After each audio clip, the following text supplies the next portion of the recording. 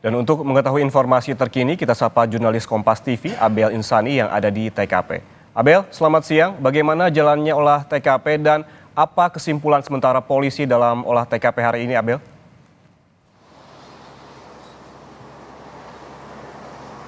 Ya, selamat siang Ian dan juga saudara. Untuk olah TKP sudah rampung tadi pada jam 9 pagi waktu Indonesia Barat. Memang dilakukan hanya 1 jam begitu ya, dari mulai pukul 8 hingga pukul 9 waktu Indonesia Barat.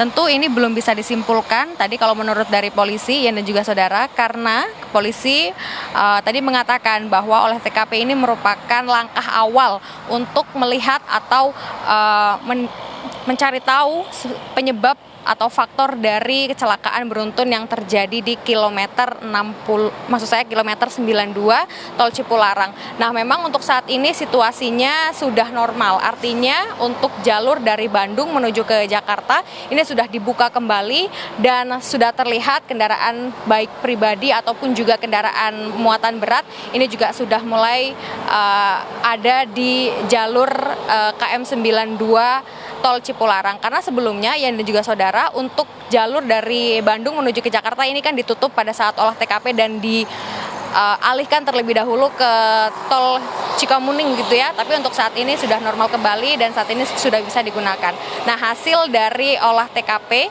ini nanti akan menjadi salah satu yang bisa digunakan untuk pemeriksaan selanjutnya. Jadi akan ada tahap-tahap selanjutnya untuk mengetahui faktor atau penyebab dari kecelakaan beruntun tersebut. Tetapi Ian dan juga saudara, dari polisi juga menyatakan bahwa polisi membutuhkan waktu sekitar 1 hingga 2 minggu untuk mengetahui hal ini. Yang kemudian nanti setelah hasil dari olah TKP, polisi juga akan menanyai beberapa saksi, di mana saksi ini adalah saksi-saksi korban kecelakaan atau korban yang selamat begitu ya dari kecelakaan beruntun yang terjadi pada Senin sore pukul 15.15 waktu Indonesia Barat. Nah, kalau tadi polisi juga sempat bilang, Ian dan juga saudara, untuk dugaan sementara yang menjadi penyebab dari kecelakaan ini adalah truk yang mengalami remblong begitu. Jadi truk kontainer dengan muatan kardus ini memang remblong begitu ya, karena kalau dilihat dari kontur Tol Cipularang di KM 92 ini memang ada jalur naik turun begitu ya. Kalau dari arah Bandung menuju ke Jakarta ini memang jalurnya turun, tapi kalau dari Jakarta menuju ke Bandung ini jalurnya naik. Nah, kalau polisi tadi mengatakan untuk truk yang atau kontainer yang menuju dari arah Bandung menuju ke Jakarta yang diduga menjadi penyebab dari kecelakaan, ini memang sudah melakukan pengereman dari 5 kilo sebelum ada di KM 92 ini. Tetapi memang rem yang dilakukan terus-menerus pada saat itu akhirnya blong begitu ya, dan akhirnya menabrak 17 kendaraan dan mengakibatkan ada 28 korban yang memang saat ini sudah dievakuasi. Nah, untuk korban dan juga kendaraan semuanya sudah dievakuasi. Tetapi memang untuk barang muatan seperti kardus ini memang masih ada beberapa yang di jalan begitu ya, yang artinya memang tidak bisa dievakuasi. Tapi memang tadi terlihat ada beberapa orang yang meminggirkan barang muatan kardus tersebut ke pinggir jalan agar untuk olah TKP ataupun juga lalu lintas ini bisa lancar kembali tanpa ada hambatan. Untuk saat ini olah TKP sudah selesai dan nanti kita lihat bagaimana hasilnya setelah 2 minggu ke depan, setelah juga polisi berada dalam tahap selanjutnya begitu ya, termasuk pemeriksaan saksi-saksi untuk bisa mengetahui penyebab dan juga apakah memang nantinya akan ada tersangka dalam kasus kecelakaan beruntun yang terjadi di Tol Cipularang kilometer 92. Kembali ke Anda, Ian. Olah TKP telah selesai dilakukan sebagai langkah awal untuk mengetahui penyebab pasti dari kecelakaan beruntun di Tol Cipularang. Namun, Abel, ini bukan pertama kalinya kecelakaan terjadi di ruas Tol Cipularang. Apa saja yang menjadi catatan polisian dalam hal ini?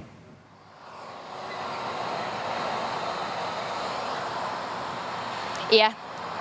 Baik Ian, memang kalau catatan dari polisi sebenarnya polisi sempat menghimbau begitu ya untuk para pengguna jalan khususnya di tol Cipularang KM 92 ini, termasuk yang tadi saya katakan bahwa memang kontur dari jalan di tol Cipularang ini ada naik turun begitu ya, artinya tidak rata begitu ya, dan harus berhati-hati dan harus memastikan bahwa memang keadaan dari pengemudinya ini fit dan juga dari kendaraan ini juga prima, karena memang situasinya ini tidak bisa diprediksi, apalagi kalau sudah musim hujan seperti saat ini November dan juga Desember, ini sudah musim hujan, sehingga kalau ada hujan lebat dan jarak pandang yang terbatas, ini juga bisa mempengaruhi keadaan jalan yang sehingga ini juga harus diperhatikan bagi para pengguna jalan di kilometer 92 di tol Cipularang. Nah, yang menjadi concern juga dari pihak polisian adalah ini kan dari tol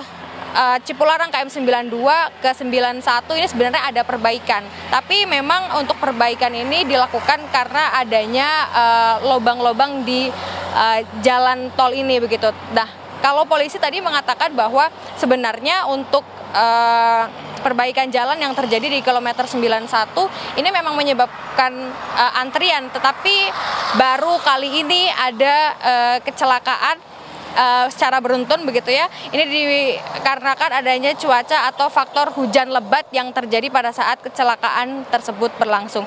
Nah, untuk saat ini Ian dan juga saudara, untuk perbaikan di kilometer 91 masih terus dilakukan begitu ya. Tetapi memang kalau dilihat situasinya di kilometer 92 juga sudah normal kembali. Artinya memang untuk himbauannya dari pihak polisian adalah bagaimana dari para pengemudi dan juga pengguna jalan ini bisa terus memastikan bahwa keadaan dirinya sendiri ini sehat atau fit, lalu juga dari kendaraannya ini juga tetap prima, untuk mengantisipasi adanya kecelakaan yang bisa saja terjadi jika memang pengecekan pada kendaraan secara berkala ini tidak dilakukan.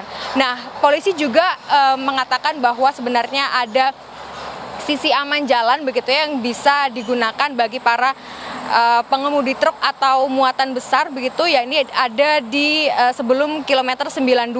Nah, ini dilakukan, maksud saya ini diadakan begitu ya untuk para pengemudi ini bisa mengecek terlebih dahulu kendaraannya, karena yang tadi saya bilang bahwa jika situasi dan juga kondisi pada saat hujan ataupun juga jarak pandang yang terbatas ini bisa menyebabkan kendaraan tidak berfungsi dengan baik begitu ya pada saat melakukan perjalanan di kilometer 92 dan bisa saja menyebabkan kerugian bagi pengendara lainnya. Jadi memang himbauannya seperti itu Ian dan juga saudara, dan saat ini situasi sudah normal kembali, semuanya sudah dievakuasi di rumah sakit, beberapa juga sudah mulai dipulangkan, dan kita akan tunggu bagaimana proses selanjutnya dari pihak polisian setelah olah TKP diselesaikan. Kembali ke Anda, Ian. Baik, terima kasih jurnalis Kompas TV Abel Insani melaporkan langsung dari kawasan tol Cipularang, Jawa Barat. Selamat bertugas kembali, tetap berhati-hati.